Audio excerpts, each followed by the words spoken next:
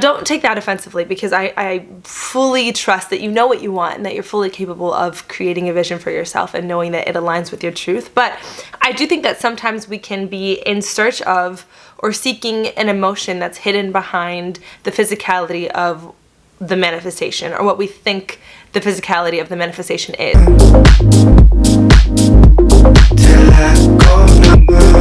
Hi everyone, happy fall, happy spooky season.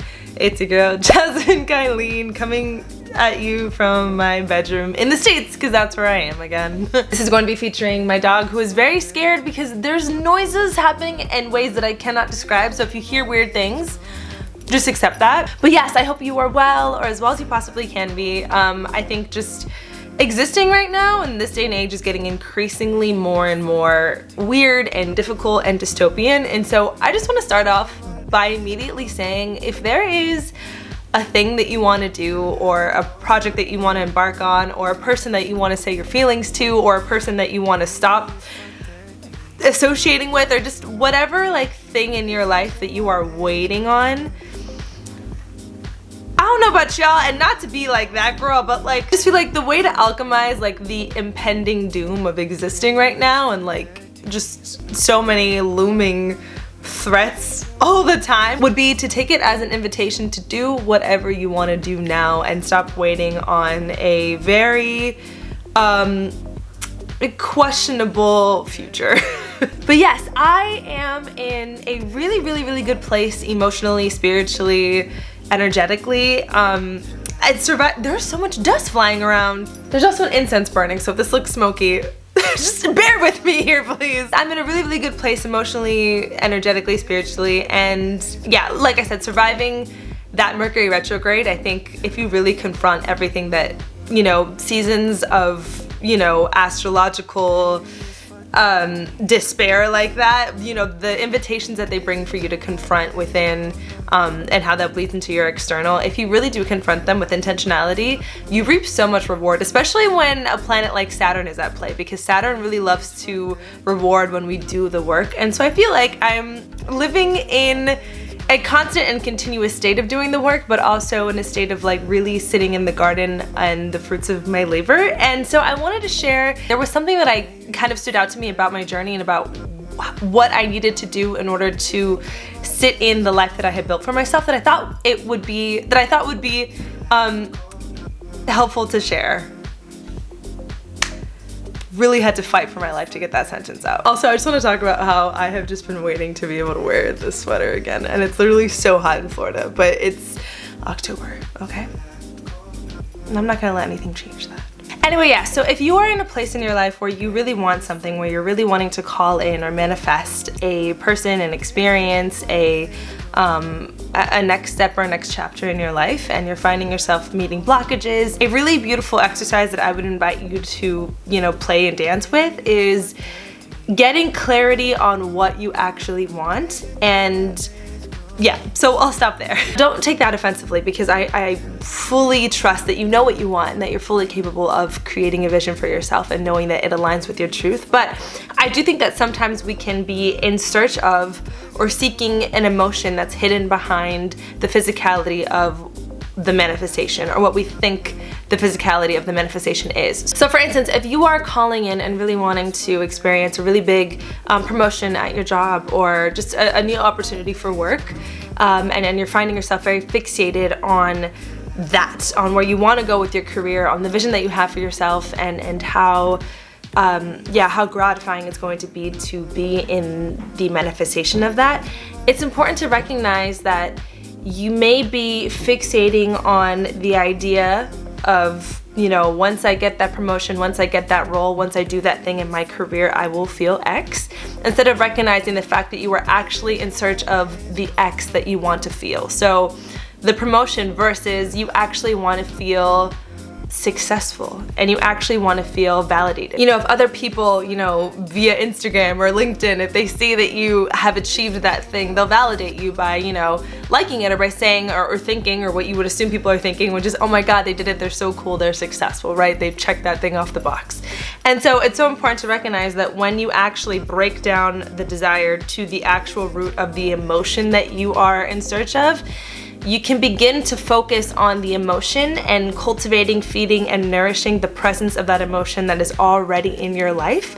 And when you live in that emotion, you'll be at a vibrational match for it and thus align yourself on the timeline where the physicality of the manifestation comes into play. Does that make sense?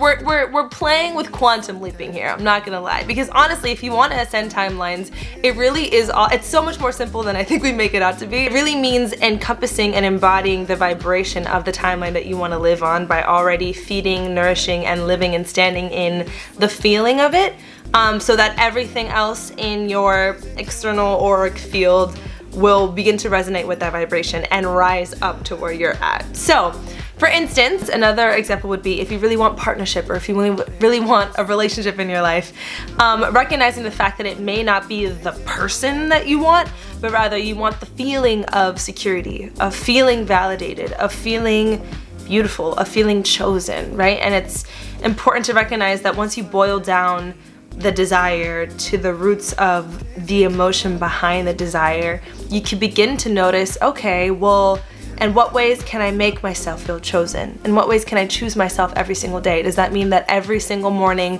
I don't care what I have on my agenda or what I need to do for other people, I choose to feed and nourish my spiritual body, my emotional body, by taking time to meditate, by going on a walk, by dancing in the morning, by making sure I'm really slow with how I brew my tea and make my breakfast, right? How can I make sure that I feel chosen? Or if you want to, or if you're in search of validation through partnership, how can you begin to self-resource your own validation? How can you begin to affirm for yourself, I am already enough. I am already worthy. I am already everything that I desire to be, right? So just recognizing what the emotion behind the thing is and beginning to notice it, to nourish it, to feed it, to water it in your current waking reality so that you're so immersed in the feeling of it, you live in the vibration of it, and then a partnership that honors the feeling in which, you know, you're living in, which is being chosen, being validated, being the embodiment of love, will inevitably meet you because like attract likes. It's going to mirror where you're at. And for those of you who don't know, I do one-on-ones. I'm a certified spiritual counselor, so I have, you know, one-on-one clients. And one of the clients I've been working with, we have been talking or working through her scarcity mindset and the way that she relates to money. And so it was so important to first bring awareness to her dialogue and to the language that she builds around her current financial situation. But it's so important to recognize that if her goal in seeking financial security was truly in search of feeling liberated and feeling rich, how can you already witness that emotion in your current waking reality? And so for me, how I shifted my relationship with money and thus attracted such a consistent flow of income, doing half of the work and exerting half of the energy I did before, was by living in the truth that I am already rich, and by self-defining what feeling rich means to me. So for instance, it didn't matter where, you know, my bank account was or what that meant or reflected back to me, but like I feel like so abundantly wealthy when I cut into a papaya and I am met with the most vibrant orange and I like dip my spoon into it. That makes me feel like the most wealthy, royal, rich bitch in the world. And I feel rich when I walk to the beach. I feel rich when I am surrounded by people that are healthy and people that are laughing and people that love me.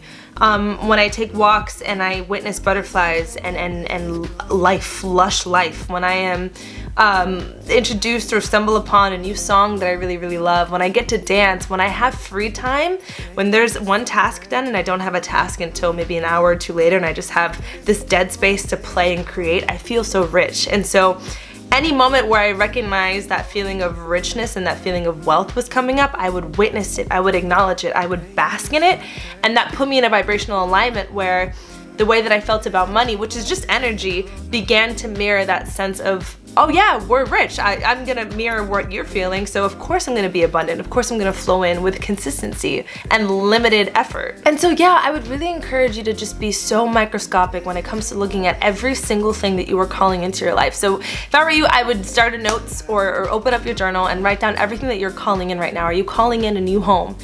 Are you calling in a relationship? Are you calling in, you know, career changes? Are you calling in, you know, your own self-metamorphosis? And then right next to every physical, the physicality of that manifestation, write down what is the emotion that you're actually after. Because it's also important to note that we manifest so much quicker when we work with the emotion of the thing rather than the idea of the thing, right? Because we're removed from the idea, but we can really deeply connect and resonate and bask in the feeling of. So for instance, if you do like scripting or if you do visualization manifestations, immersing yourself in the feeling of being in the reality in which it's already yours is how you call it in so much quicker. So this is a beautiful exercise because it also sort of brings you to, yeah, just a state of, I just said deja vu. I wonder if I've already shot this video.